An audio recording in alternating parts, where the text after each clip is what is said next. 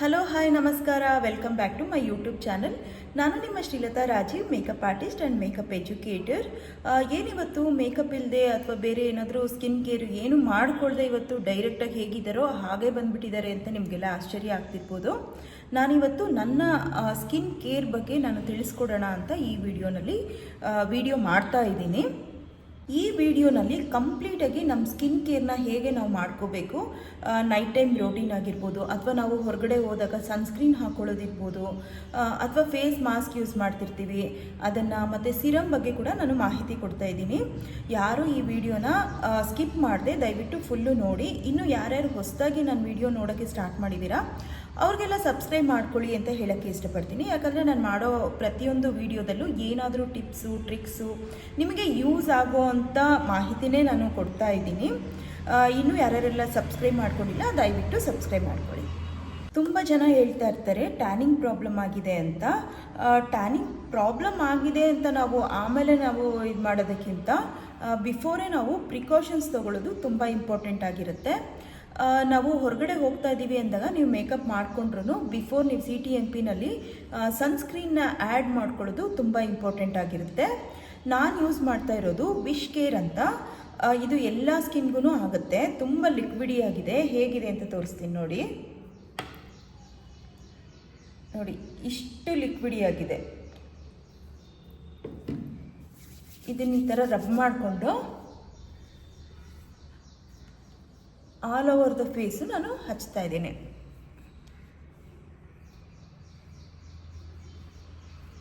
ಈ ಥರ ಸನ್ಸ್ಕ್ರೀನ್ ಹಚ್ಕೊಂಡೇ ನೀವು ಹೊರಗಡೆ ಹೋಗಬೇಕು. UV ರೇಸಸ್ಸಿಂದ ನಮ್ಮ ಸ್ಕಿನ್ನು ತುಂಬ ಡ್ಯಾಮೇಜ್ ಆಗೋ ಚಾನ್ಸಸ್ ಇರುತ್ತೆ.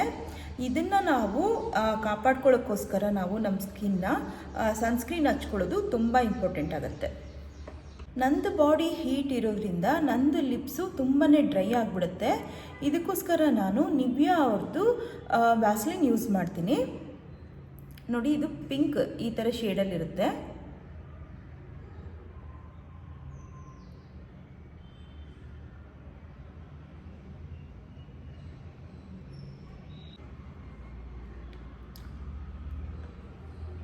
ನನ್ನ ಸ್ಕಿನ್ ಕೂಡ ತುಂಬಾ ಸನ್ನಿಂದ ಡ್ಯಾಮೇಜ್ ಆಗಿದೆ, ಅಂದರೆ ಟ್ಯಾನಿಂಗ್ ಆಗಿದೆ. ಇದಕ್ಕೋಸ್ಕರ ನಾನು ಡಾಕ್ಟರ್ನ ಕನ್ಸಲ್ಟ್ ಮಾಡಿದಾಗ ನನಗೆ ಈ ಫೇಸ್ ವಾಶ್ನ ರೆಕಮೆಂಡ್ ಮಾಡಿದ್ದಾರೆ. ಇದ್ರ ನೇಮ್ ಬಂದುಬಿಟ್ಟು ನಿವಿ ಗ್ಲೋ ಅಂತ. ತುಂಬ ಚೆನ್ನಾಗಿದೆ ಟ್ಯಾನಿಂಗೋಸ್ಕರ. ಡೈಲಿ ನಾನು ಇದರಿಂದನೇ ಫೇಸ್ ವಾಶ್ ಮಾಡೋದು.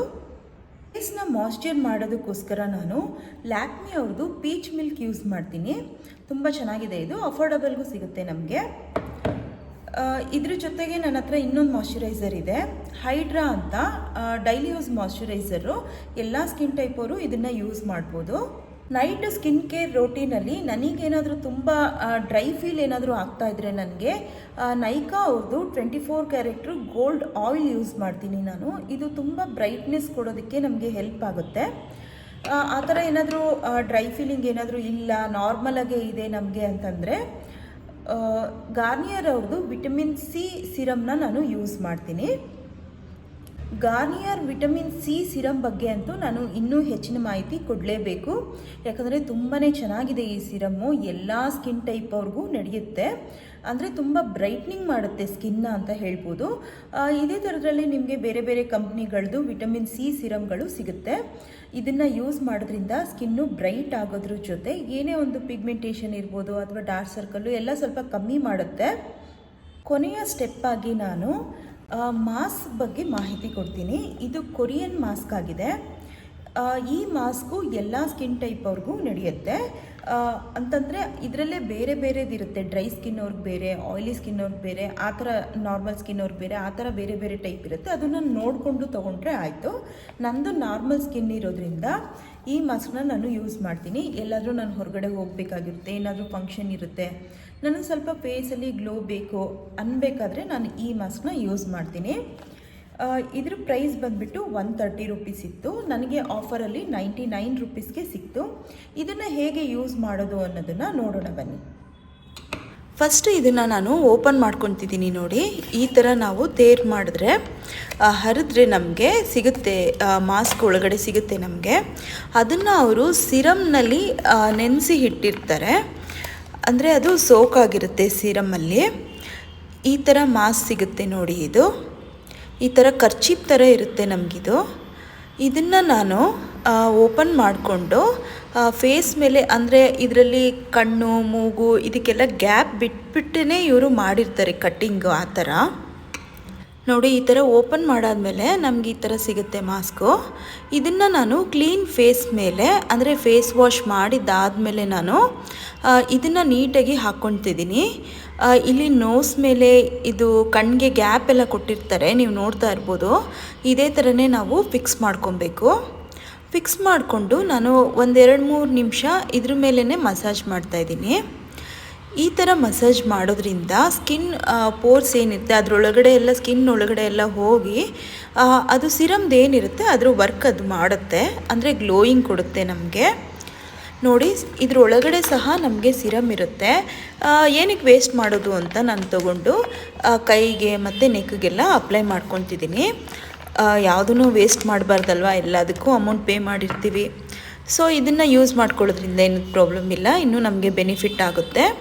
ಸಿರಮ್ ಸಿಗುತ್ತೆ, ಅದನ್ನು ನಾನು ಅಪ್ಲೈ ಮಾಡ್ಕೊತಾ ಇದ್ದೀನಿ ಅಷ್ಟೇ. ಇದನ್ನು ನಾವು ಟೋಟಲ್ಲು 5-10 ನಿಮಿಷದವರೆಗೂ ನಾವು ಫೇಸ್ ಮೇಲೆ ಬಿಡಬೇಕು. ಇದನ್ನು 15 ಮಿನಿಟ್ಸ್ ಬಿಡೋದ್ರಿಂದನೂ ಏನೂ ಪ್ರಾಬ್ಲಮ್ ಇಲ್ಲ, ಏನೂ ಸೈಡ್ ಎಫೆಕ್ಟ್ ಆಗೋದಿಲ್ಲ. ಜಸ್ಟ್ ನಾನು ಹೇಳಿದ್ದಷ್ಟೇ, ಅಟ್ಲೀಸ್ಟ್ ನಾವು 5-10 ಮಿನಿಟ್ಸ್ವರೆಗೂ ಬಿಟ್ಟರೆ ಸಾಕಾಗುತ್ತೆ. ಇದಾದಮೇಲೆ ನಾನು ಓಪನ್ ಮಾಡ್ತಾಯಿದ್ದೀನಿ ನೋಡಿ.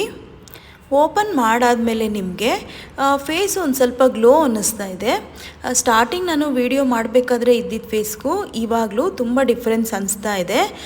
ನನಗಂತೂ ಅನ್ನಿಸ್ತಿದೆ. ನೀವು ಹೇಗೆ ಬಂದಿದೆ ಅಂತ ನೀವು ಕಮೆಂಟ್ ಬಾಕ್ಸಲ್ಲಿ ತಿಳಿಸಿ. ಇದಾದಮೇಲೆ ಸಹ ನಾನು ಫೇಸ್ಗೆ ಮಸಾಜ್ ಮಾಡ್ತಿದ್ದೀನಿ, ಯಾಕಂದರೆ ಸಿರಮ್ ಇನ್ನೂ ಇದೆ. ತಕ್ಷಣ ನಾವು ಹೋಗಿ ನೀರಿಂದ ವಾಶ್ ಮಾಡಿಬಿಡಬಾರ್ದು. ಸ್ವಲ್ಪ ಹೊತ್ತು ಬಿಟ್ಟು ನಾವು ಫೇಸ್ ವಾಶ್ ಮಾಡೋದ್ರಿಂದ ತುಂಬ ಬೆನಿಫಿಟ್ ಸಿಗುತ್ತೆ ನಮಗೆ. 10 ಮಿನಿಟ್ಸ್ ಬಿಟ್ಟು ನಾನು ಫೇಸ್ ವಾಶ್ ಮಾಡಿ ಡ್ರೈ ಟಿಶ್ಯೂಯಿಂದ ನಾನು ಎಲ್ಲ ನೀರೆಲ್ಲ ನಾನು ಡ್ರೈ ಮಾಡಿಕೊಂಡೆ.